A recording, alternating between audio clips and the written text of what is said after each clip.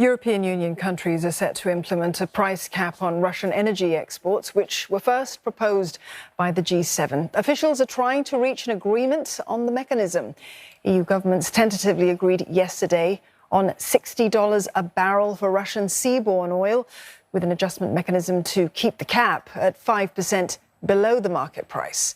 Now, the price cap aims to cut Moscow's oil profits, which are used to fund its invasion of Ukraine. EU member Poland, which borders Ukraine, has pushed for the cap to be as low as possible. But there are concerns that the mechanism would further destabilise global oil markets as Russia produces 10% of the world's supply.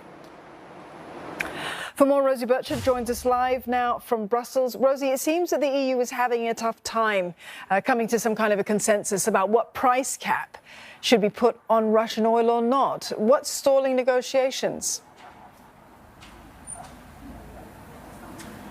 Well, what I've been told is that the European Union now is on the cusp, on the very brink of a deal here. But this has proved very tricky a stage to reach. There have been weeks and even months of negotiations on this. Now, all this comes down to is the purpose of this oil price cap, this Russian oil price cap, first mooted by the G7. So the idea is to curb the Kremlin's revenues, which are made from exporting oil and then, of course, used to fund the war in Ukraine, but at the same time trying to make sure that the Russian oil trade keeps flowing so that global oil output doesn't suddenly drastically decrease. Now, we have 27 EU countries and 27 different realities and different points of view.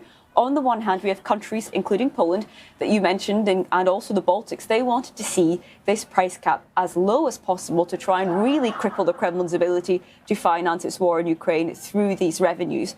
On the other hand, we had countries including Cyprus, Malta and Greece, which have big shipping industries. And they said we need to keep this cap at a high enough level so that indeed the oil trade from Russia can keep flowing, because, of course, this is quite an uncertain time for oil markets. Now, what I've been told is that a deal was put to Poland, which was the one country holding out, at $60 per barrel. That was down from a previous proposal of about $70 per barrel.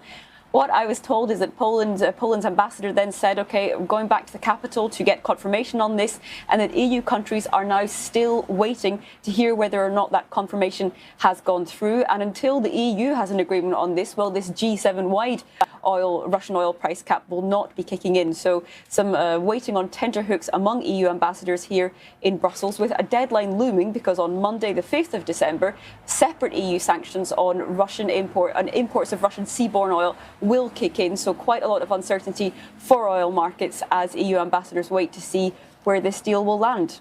As will we. Rosie, thank you very much for that. Rosie Burchard there in Brussels.